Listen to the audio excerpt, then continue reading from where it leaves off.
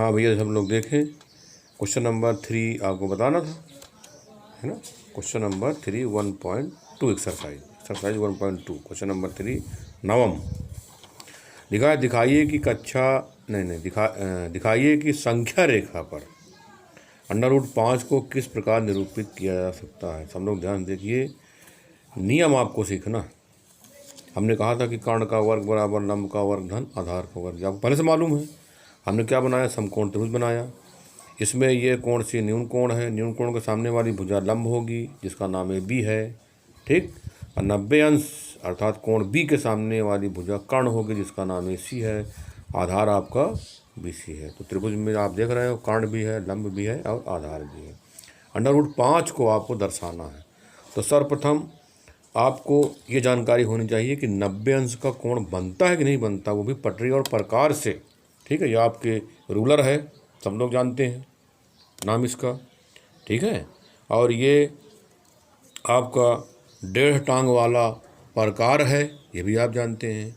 तो इस प्रकार में आप पेंसिल लगाओगे, तो पेंसिल जब लगाओगे तो हमारे पास चूँकि पेंसिल उपलब्ध नहीं है, पेन लगा दे रहे हैं, तो पेन आप इसमें लगा देंगे तो इसकी दोनों टांगें पूरी हो जाएंगी, अर्थात ये 2 टांग वाला बन जाएगा, ठीक है। तभी तो रचना होगी या 90 अंश कोण बनेगा। तो देखिए हम कैसे लगा रहे हैं। तो इस प्रकार आप लगा लेंगे पेंसिल, ये सीधा रहेगा आपका 90 डिग्री पर लंबवत, है ना। इस प्रकार आप पेंसिल फिट कर लिए 1.5 टांग वाले प्रकार में। अब आप 90 अंश कोण कैसे बनाएंगे ये आपको अनिवार्यतः सीखना है। इसे भी आपने देखा होगा, ये 2 टांग वाला प्रकार है जिसको हम लोग डिवाइडर कहते हैं। अब आपको मिला करके 90 अंश कोण बनाना सीखिए। तो 90 अंश कोण कैसे बनाएंगे ये आप जानिए। तो हमने क्या किया, देखिए एक रेखाखंड खींच लिया, ये सभी को आना चाहिए, इसमें कोई दोहरा नहीं है। अब आप रेखाखंड खींचने के पश्चात ये प्रकार की नोक हमने इधर रख दिया। अब चाप थोड़ा बढ़ा लेंगे और ये एक चाप लगाया। इसकी कोई निश्चित लंबाई नहीं होती है ना, चाहे जितना आप घटा लें चाहे जितना आप बढ़ा लें, आपको स्वेच्छा है। और फिर इस नोक को उठा करके यहाँ रखना। जब यहाँ रखोगे तो ये कोण कितने का बन जाएगा, 60 अंश। कितने का बनेगा, 60 का, अर्थात यहाँ से यहाँ तक मान 60 अंश का होगा, ठीक है। हमें कितने बनाना है, 90 का बनाना है। तो कुल मिलाकर जब आप इसको यूँ मिला देंगे तो ये जो कोण है यहाँ से यहाँ तक 60 अंश का होगा, ये, ठीक है। ये कोण कितने का, 60। ये चाहे ये कहिए चाहे यूँ कहिए। अब आप क्या करेंगे, इस 60 अंश के कोण को आधा कर सकते हैं तो कितने का बनेगा, 30 अंश का।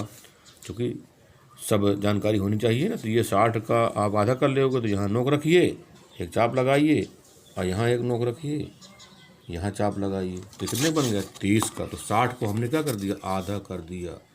तो आधा जब कर दोगे तो इसके साथ मिला दिया, तो कितने बन जाएगा आपका, ये बन जाएगा 30 अंश का। तो कहाँ से कहाँ तक 30 है, ये यहाँ से यहाँ तक 30 है, इधर भी 30 है। अच्छा, तो ये 30 हुआ, ये 30 का कुल कितना होगा, 60। अब चूँकि हमें 90 का बनाना है तो 60 तो बनाए ही थे, इसी को उठा लीजिए, यहाँ रखिए। अब कितने का बन जाएगा, फिर 60 हो गया। तो आप देख रहे हो कि यहाँ से यहाँ तक 60, यहाँ से यहाँ तक 60, तो कुल कितना हो गया, 120। यदि आप इसको यहाँ से मिला दें यूँ तो ये कोण कितना हो जाएगा, 120 का। क्योंकि हमें 90 बनाना है, ठीक है। तो ये 60 है ही आपका, 60 ये भी है। तो इस 60 को क्या करें, आधा कर दें।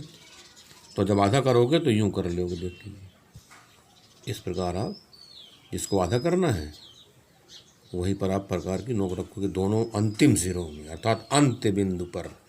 तो इसका अंत्य बिंदु एक ये है, इसका ये है, ठीक है। तो इसका अंत्य बिंदु ये है, इसका ये है।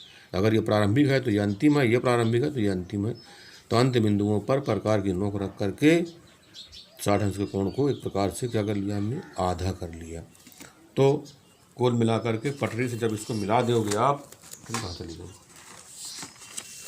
जब पटरी से मिला दोगे ये, तो ये आपका कोण बन गया, ठीक। ये कितने का बना, 30। तो ये 30 हो गया। तो ये 60 और ये 30, तो 60 30 90। तो कुल मिलाकर के ये कितने को हुआ, 90 का कोण हमने बना लिया। तो 90 अंश कोण बनाना सभी को मालूम होना चाहिए। अब हमको ये याद है कि √5 का, किसका, √5 का ये, तो आप जानते हो 5 को अगर हम लिख दें 2 की घात 2 धन 1 की घात 2, तो कोई दिक्कत, 2 का वर्ग अर्थात 2 गुणे 2 4 आ जाएगा, 1 का वर्ग 1 गुणे 1 आ जाएगा, तो 4 1 5। अब आपने ये फार्मूला पढ़ा होगा, कर्ण का वर्ग बराबर लंब का वर्ग धन आधार का वर्ग, ठीक है। तो कुल मिलाकर के जब आप लिखेंगे कर्ण का वर्ग बराबर लंब का वर्ग धन आधार का वर्ग, ठीक है। तो या आधार का वर्ग ऐसा भी लिख सकते हैं, आधार का वर्ग बराबर लंब का वर्ग। तो आधार तो हमने लिख दिया 2 का वर्ग, और ये क्या हो गया आपका लंब 1 का वर्ग। आधार का मान क्या है 2 है, लंब का मान क्या है 1 है, ठीक है। तो कुल मिलाकर के कर्ण का मान क्या आ जाएगा, तो कर्ण का वर्ग बराबर लंब का वर्ग या आधार का वर्ग धन लंब का वर्ग। तो आप देख रहे हैं कि इसमें अगर आपसे पूछें हम कि आधार क्या है, तो आप आधार कहोगे आचार्य जी 2 है। लंब क्या है, लंब आप कहोगे आचार्य जी 1 है, ठीक है।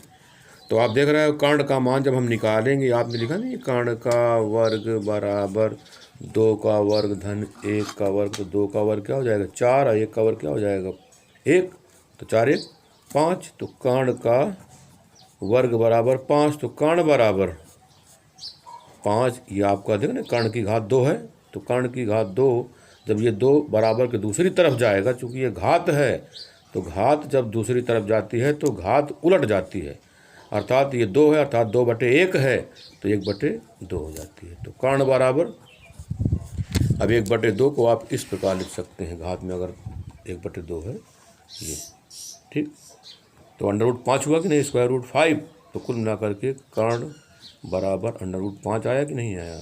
ये जो 2 है ये कर्ण की घात 2, ठीक है, ये 2 है, ये आपकी 2 छिपी रहती है, यहाँ भी 2 लिखा हुआ है लेकिन छिपा हुआ। तो कर्ण का मान क्या √5। तो आप देख रहे हो कर्ण अगर √5 है, कर्ण अगर √5 है तो आप बताइए आधार क्या है 2, लंब क्या है 1 है, ठीक। इसी को अर्थात √5 को संख्या रेखा पर प्रदर्शित करना है, आज हमारा यही एक उद्देश्य है। कैसे प्रदर्शित करोगे, कुल मिलाकर पटरी से अर्थात स्केल से, रूलर से, ये रूलर से हमने क्या कर दिया, देखिए सब लोग ध्यान से, एक रेखाखंड कर दिया, ठीक है। अब इस रेखाखंड में हमने यहाँ पर शून्य लिख दिया, क्या लिख दिया शून्य, अर्थात शून्य, ठीक है। अब आप गौर से देखिए शून्य, फिर यहाँ पर 1, यहाँ पर 1, हमने निशान लगा दिया, कुल मिलाकर के क्या लगा दिया, निशान लगा दिया, 1 सेंटीमीटर की दूरी पर निशान लगा दिया। अर्थात मेरा कहने का मतलब ये जो डिस्टेंस है 2 बिंदुओं के बीच की, ये सब जगह क्या होनी चाहिए, इक्वल होनी चाहिए, बराबर होनी चाहिए, अर्थात 1 सेंटीमीटर होनी चाहिए। तो कुल मिलाकर के यहाँ पर शून्य पूर्णांक है, इधर क्या होगा ऋण पूर्णांक। अब चूंकि ये रेखा, ठीक है, हमने क्या कर दिया, रेखा बना दिया, अभी तक रेखाखंड था, अब क्या बन गया, रेखा बन गया। अब हमें किसका मान निकालना, √5 का मान, अर्थात √5 इस रेखा को या इस रेखा में क्या करना, प्रदर्शित करना। तो कहाँ किस बिंदु पर √5 होगा, यही तो हमें ढूंढना है। तो देखिए सब लोग ध्यान से, ये आपका शून्य पूर्णांक है, यहाँ पर आपका धन 1 पूर्णांक, यहाँ पर आपका धन 3 पूर्णांक, यहाँ पर आपका धन 4 पूर्णांक, इस प्रकार, नहीं यहाँ 2 रह गया, 1 2, ये आपका 3, ये आपका 4। तो कुल मिलाकर इस प्रकार शून्य पूर्णांक, धन 1 पूर्णांक, धन 2 पूर्णांक, धन 3 पूर्णांक, धन 4 पूर्णांक, इस प्रकार हमने संख्या रेखा पर प्रदर्शित कर दिया। अब चूंकि इस संख्या रेखा पर हमें किसका मान दर्शाना, √5 का। तो कुल मिलाकर हम यहाँ देख रहे हैं कि आधार क्या है हमारा 2। अगर हम आधार कह दें कि यहाँ से यहाँ तक क्या है आपका 2 मात्रक, ये तो 2 सेंटीमीटर हमने रेखा में बिंदु अर्थात धन पूर्णांक प्रदर्शित करने के लिए बनाया है। तो अब आप जान रहे हैं शून्य से जब हम चलेंगे दाहिनी ओर तो ये 2 मात्रक हुआ, तो आधार हमारा क्या है, 2 मात्रक। लंब क्या है आपका, 1 मात्रक। 1 का मतलब यहाँ पर, तो हमको यहाँ पर क्या करना पड़ेगा, लंब बनाना पड़ेगा। यहाँ पर 2 हो गया, यहाँ पर 1 है ना। तो यहाँ पर हमको 90 अंश का कोण बनाना पड़ेगा। अब 90 अंश कोण कैसे बनाओगे, देखिए, नोक यहाँ रखेंगे। अब क्या करेंगे, सभी भैया ध्यान दें। तो हम 90 अंश कोण बनाने जा रहे हैं, देखो कैसे बनाया जाएगा ये। अब इसको यहाँ रखेंगे, कितने का बना, 60 का। अब कितने का बनेगा, 90 का।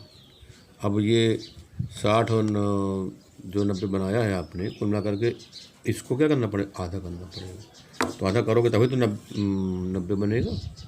देखिए हम आधा कर रहे हैं।